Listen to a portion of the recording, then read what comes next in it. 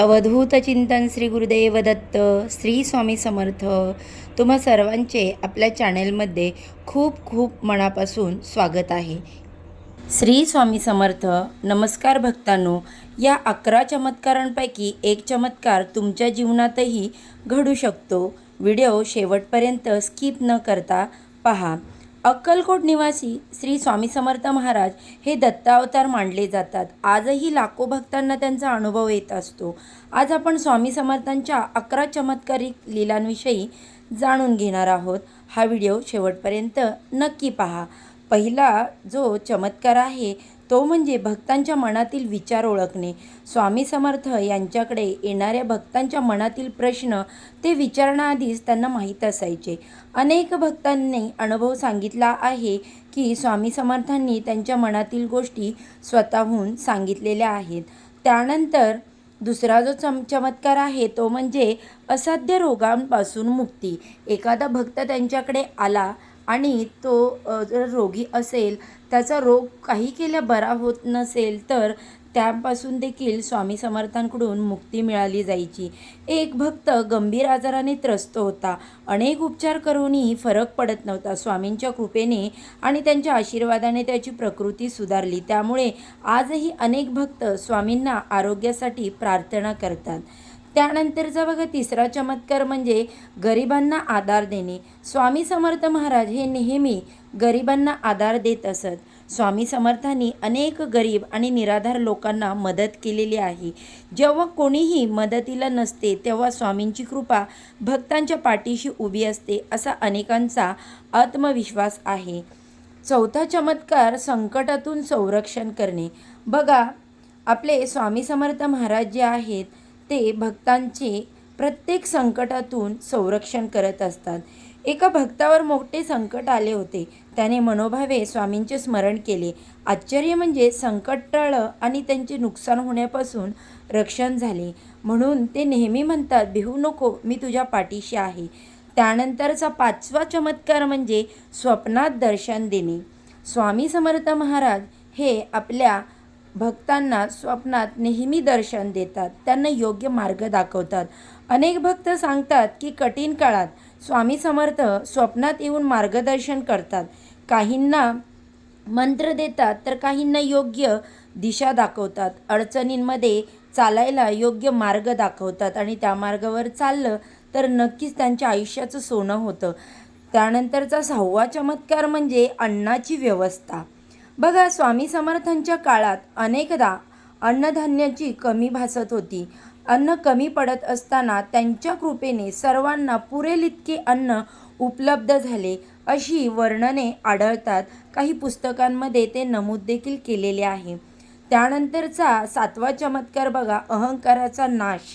स्वामी समर्थ नेहमी सांगत असत की माणसाने अहंकार सोडावा. अनेक श्रीमंत आणि विद्वान लोकांचा अहंकार त्यांनी त्यांच्या कृतीतून दूर केला आहे. अहंकार हा आपल्या आयुष्याला लागलेला एक म्हणतात ना कलंक असतो. तो आपलं आयुष्य पोखरून टाकतो. कोणत्याही गोष्टीचा अहंकार नसावा. मग तो पैसा असो किंवा मग ती बुद्धिमत्ता असो, तुमच्याकडे एखादं ज्ञान असो, कधीही त्याचा अहंकार करू नये. त्यानंतर बघा, 8वा जो चमत्कार आहे तो म्हणजे भक्तांचे रक्षण करणे. स्वामी समर्थ महाराजांचे प्रसिद्ध असे एक वचन आहे. ते तर सगळ्या स्वामी भक्तांना माहीत आहे आणि ते म्हणजे भिवू नकोस, मी तुझ्या पाठीशी आहे. हे वाक्य ज्या स्वामी भक्तांच्या मनात असेल आणि त्या वाक्यावर विश्वास ठेवून ते आपल्या आयुष्यातील प्रत्येक पाऊल टाकत असेल ना, तर त्यांना कधीही स्वामी एकटे सोडत नाही. त्यांचा हात नेहमी धरून ठेवतात. प्रत्येक संकटातून त्यांना वाचवतात आणि भिवू नकोस, मी तुझ्या पाठीशी आहे हे वाक्य खरं करून दाखवतात. आजही अनेक भक्तांना संकटाच्या काळात हे वचन धीर देत असतं.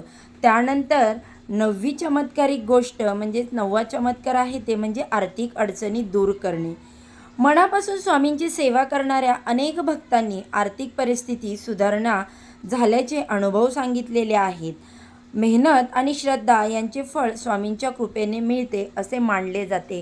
स्वामींचे काही जे सेवा आहेत किंवा काही असे पारायण आहेत ते केल्याने आपल्याला आर्थिक जी काही त्रास आहेत त्यापासून मुक्ती मिळते. मी असं मुळीच म्हणणार नाही, फक्त सेवा आणि पारायण केल्यामुळे आर्थिक समस्या दूर होतात, तर अजिबात नाही.